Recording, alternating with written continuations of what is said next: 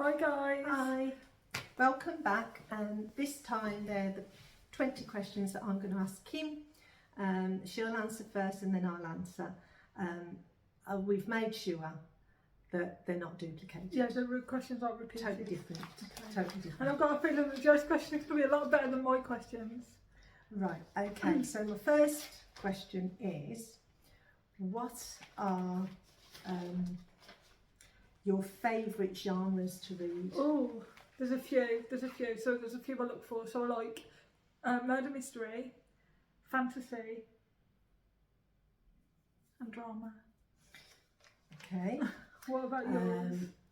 I would say crime. Yeah, I miss that crime. yeah. Me too. Sci-fi, fantasy, depending on the author, and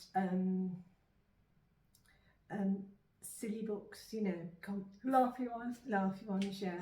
Yeah, I mean, I do like them as well, but the ones mostly that I've got on my bookshelf are obviously crime, murder mystery, fantasy, and drama. Yeah, they're the ones I like. Okay, question 2. Can you name a book that actually kept you up all night? Yeah. Like, scared? Or kept me up all night Just reading? kept you up all night reading. Yeah. It happened a while ago, but it was when we was reading the Bone Season. I was up a lot reading that. Because it's quite hefty as well, isn't it? So Yeah. I think when I was up all night, literally up all night reading it, was Anatomy of Motive, which is a John Douglas and Margot Kunshaker book. So all the murders in there are really happened and everything, and that kept me up all night because I really you was intrigued, or because you was scared? intrigued and just wanted to finish it. It was really, really good. Yeah. Okay. What's the saddest book you've read? A Little Life by Hanya Yanagihara. Yeah, that made me really cry. Ah, I haven't read a very sad book yet. I've got a feeling I'm going to be soon. Yeah, I know. Okay. Did a book that you read ever make you cry with laughter? And if so, which one? Yeah, it's obviously made me cry with laughter, but it's not a fiction book. It was How to Be Champion by Sarah Millican. I really laughed at that one. But then also, I'll choose one more as well. The Thursday Murder Club by Richard Osman. I was howling with that one. It's really funny. I haven't had one where I've been laughing all the way through the book, but in sections, and that was the Belgariad, the series, the Belgariad by David Eddings, because certain parts of each book there was a lot of comedy and you couldn't help but laugh, and I'd be sat there reading it and I'd just start laughing and people would be looking at me like I was, you know. How important is the book cover and the title to get you to pick it up and or buy it? Really important for me, because I do mainly buy books based on covers, and obviously name of the books for me can be off-putting. Like, I know there's one that Lee Bardugo has written called is it Hellbent? And I'm looking at the cover of the book and I'm like, I wouldn't ever pick it up. I believe it's got like a dead rabbit on the cover or something. Oh right. But that's not the premise of the book either. So I'm like, so yeah, it's really important to me because things can be off-putting. I don't know. Most of the time it's got to be an author. If I recognise the author's name, even if it's not one I've actually read, but I recognise the name, then I'll pick the book up and sort of have a read of the synopsis and have a look at the picture. So the covers aren't too important to me, or the title is not too important. I know we shouldn't judge a book by its cover, but it happens all the time. Yeah. And although it's not important for me, again, it's not important, but it's what catches your eye. Yeah, things can be off-putting in that aspect as well. Yeah, it's going to be eye-catching. Yeah. Okay. Most relatable character. Oh. Ah. I'm going to say one that Joe's not going to suspect that I'm going to say, but it's because I have quite an old soul, and I'm quite good at like putting pieces together with things and solving clues and things like that. So Miss Marple, I really like Miss Marple. I really love her. So that's your But relatable character. But you understand that now, yes, don't you? Yeah. Yes, I do. What's yours? You haven't answered yours yet. I was thinking about it. My relatable character. I think, and those who've read David Eddings will know who I'm on about, and that's Polgara the Sorceress. You'd need to read it. I won't read it. No, I know you won't. They are actually good books. Yeah, Polgara the Sorceress, I think. Okie-day. What book have you read that was turned into a movie or a TV series and turned out to be as good or even better than the book? I don't really think about this one. Harry Potter. You think it was as good as or better than?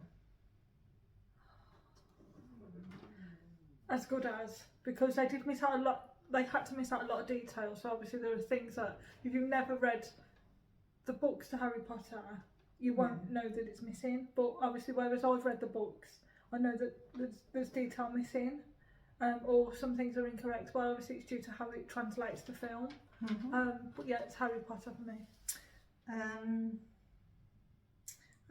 I don't know, because most of the books that I've read, when they've been turned into a film, it's annoyed me because they've done it all wrong. So. But you've not read Harry Potter yet, have you? No. She will soon. I've read Lord of the Rings and I really hated the films because, okay, they've got some semblance of the book, but they've got people who appear in the book that don't appear in the book when they've got them appearing in the film.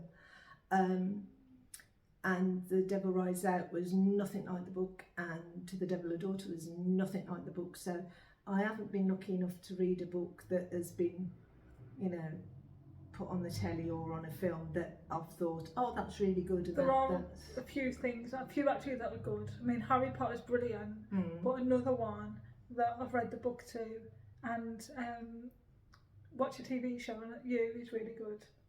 I watched the series before I read the book. Yeah. But the series is like as good as, probably or better. It's better than the book. Yeah. Okay. Do you have a favourite quote from any of the books you've read? Joe, that's going to test me now. There is. I can't think of what it is. And I don't want to keep relating back to Harry Potter. I'm not going to. But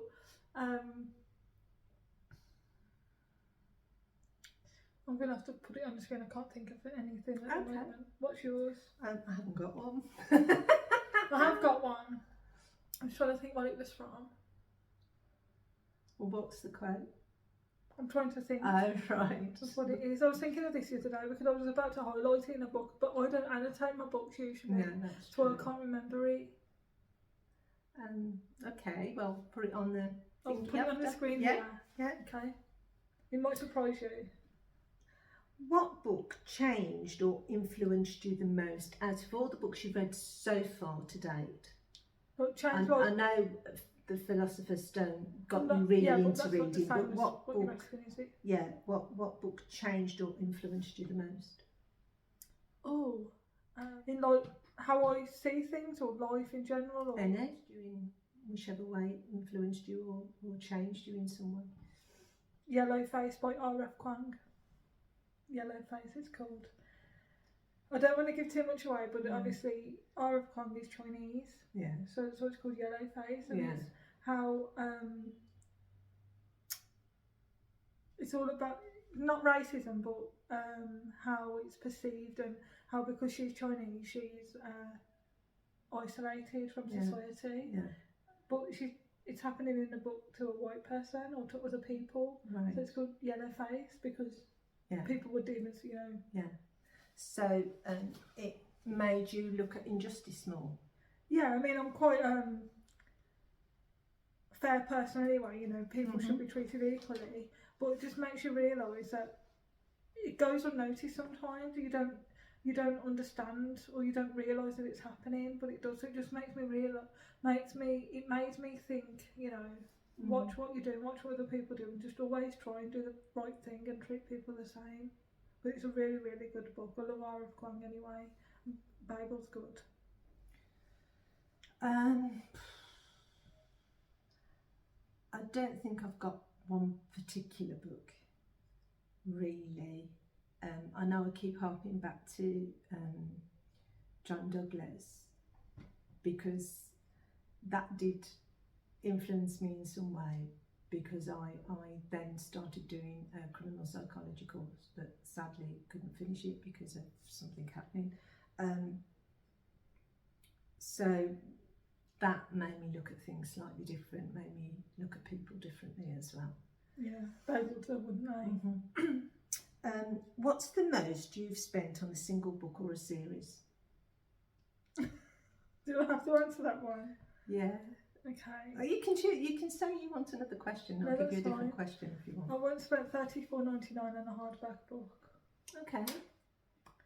Although that might not seem like a lot to people, but it's a lot for me. Yeah. And I bought it because it was like a limited edition book. Yeah.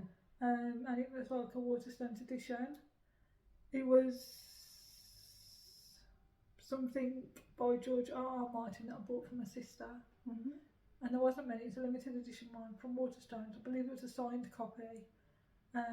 It's got a red cover and it's King of something or Swords or something like that. I'll put the cover here, but yeah, it was George R.R. Martin book. I think I've spent £24 on a book, and it was a forensic. Criminal forensic, psychology, forensic psychology book, and that cost me £24. I have spent £80 on a book, but it wasn't a reading book. It was a limited edition cookery book that wasn't sold in the UK. It was only sold in Australia. So that's the most you've paid for a book. It doesn't matter that it's a cookery book. £80. Okay. Is there a character in one of your books you would like to meet? Yeah, Hercule Poirot. Really? Yeah, Hercule Poirot. His little grey cells. Yeah, Hercule Poirot, or I'd like to meet Lenny from Of Mice and Men. Oh. Yeah. Really? Lenny. Oh, that's cute.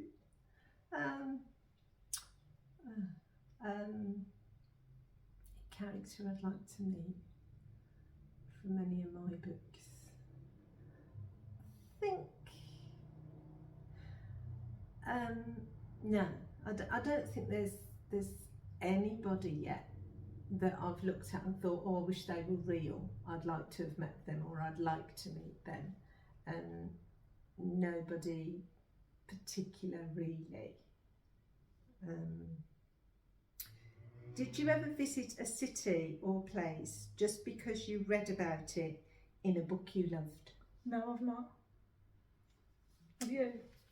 No. I've always wanted to go to Cornwall. Yeah. Obviously reading about, because I've got the Morte d'Arthur, great big massive book, and I've sort of flicked through that and read it because it's really the old language and you have to think about the way you're pronouncing things.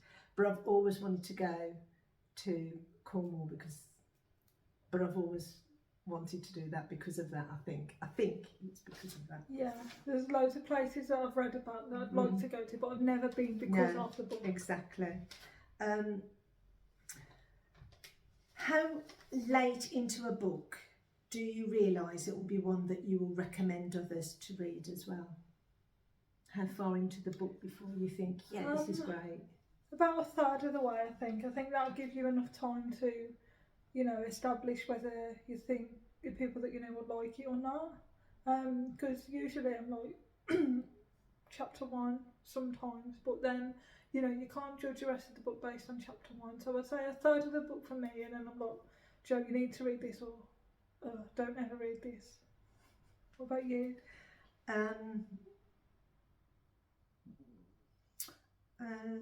I think it has been 5 chapters, and I've suddenly thought, this is brilliant, you know. Yeah. Occasionally I thought 3 chapters, and then I've carried on. I thought, no, this is no. But 5 chapters was the shortest I'd read before I thought, yeah, this is going to be a good book. Yeah. What's the longest you went without reading?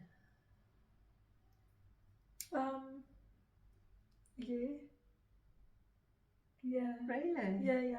I was in like a reading slump after my dad passed away. Yeah. I didn't pick up a book for a while because obviously I was just in that time of sadness and things like that. And then I picked up a book after about a year, yeah, because I had so much to do in my life aspect that I just didn't want to pick anything up. I'd say 8-9 months. Life can interfere sometimes, can't it? Yeah, it does. What's a book you feel like was written for you? You know, like in Disclaimer, where she finds it's about her.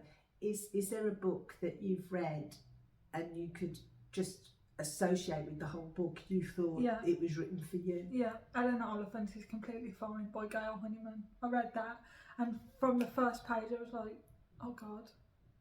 Not like physical characteristics or anything like that, because she's read it, but like life aspects, the way she sees things, the way she looks at things. Not all of them, but majority of it. I was like, oh my God. Yeah, scary when it happens, because you're like, does somebody have a magnifying glass on my life looking at it? You know, like how some people, they're like, Bridget Jones has written about them. For me, it's Eleanor Oliphant. I'm like, yeah, it's scarily weird. Really? But it's enthralling as well. Like, you're just intrigued in it. How is this going to play out? Is there any more similarities to mine? But yeah, it's Eleanor Oliphant. I don't think I've not read a book where I thought, I'm not reading anymore, this is too much like my life. Yeah, I've not come across that yet. Maybe I'm lucky. Is there an author you would like to meet in real life? Of course there is. Who? Agatha Christie. Can I have more than one? You can have as many as you want. Agatha Christie, but bless her soul, she's not alive anymore. Elena Ferrante. She wrote My Brilliant Friend, which is a Bildungsroman roman. Obviously, but it's translated from Italian to English. That's it, really. Agatha Christie mainly. What's yours? I think I would have liked to. I know he is my favourite author, and that's David Eddings, but I don't think I'd have liked to have met him. I think I would have liked to have met J.R. Tolkien. I think I would have liked to have met him, definitely. What book do you wish had a sequel? T.J. Klune, To the House in the Cerulean Sea. Blimey, that was quick. I love it, it's really good, and if you've read it you know why.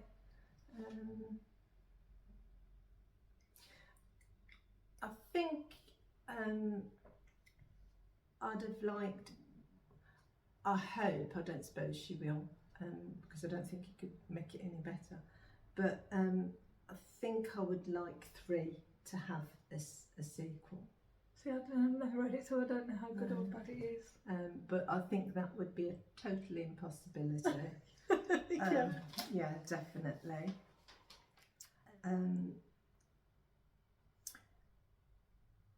Do you prefer, are you a mood reader, or is it a to be read reader? Oh, it depends entirely on the situation. So with us at the moment, we're going through the to be read. Mhm. But then if one of us is having a hard time, or you know, we need to lighten the mood a bit, we all just message each other and be like, I can't read this at the minute. We need to, you know, read a smaller book, or read one where the subject isn't too difficult, isn't too heavy. So it's, for me, it just entirely depends on the situation. I am a mood reader, I think, because if I'm not in the mood to read, it's no good me trying to read, because I'll read the same line over and over and over again, and then I think, I can't read this. So I will put it down. Doesn't matter how good the book is if I'm not in that right frame of mind. So I am a mood reader, I think. Sorry. What's the preferred page length for a book for you? What do you prefer? How? Like 350 pages there or thereabouts. To me, that's a nice sized book. Anything above that, and then like you're going into Tome Era, then and like it's quite off-putting for me. Not that I'm afraid of reading a big book. I've done it before, but for a nice size length, you know, nicely written. You've got a beginning, a middle, and end. It all makes sense. There's no extra additional wordiness to it. So around 350 pages. Yeah, I don't mind a little bit over, but not too much. You know, Yeah. I'm like you. If you're thinking, oh, this is never going to end, even if it's a good book. But yeah, around 300, maybe 350, but or maybe 360, but anything over that. Isn't there one of the Stephen King books that has over 1,000 pages in? Is it The Stand? I think it is. Yeah, The Stand. It's or a good. It could be it. It's a good. I won't read it because I'm scared of clowns. But yeah, I've got it on my bookshelf. That's a good horror book for you, then, isn't it? I won't read it. No, I know. It's like me. I'd never read Arachnophobia. So, I hope you enjoyed those questions, and that maybe you answered some yourselves, in which case maybe you could put the answers underneath in the comments and tell us what you thought of them. Yeah. Again, if you've got any other questions that we didn't filter out and you've got them, you think, oh, they never asked that, I thought they might ask that, then please ask us. It'd be nice to hear from you. Yeah, thank you guys. Again, comment down below, ask questions on Facebook or Instagram. Let us know what books you're liking. If you know, you can email us as well, can't they? Yeah. So any way of contact would be nice. So take care of yourselves, enjoy reading, and we'll speak to you again soon as well. Yeah. Thanks guys. Bye. Bye.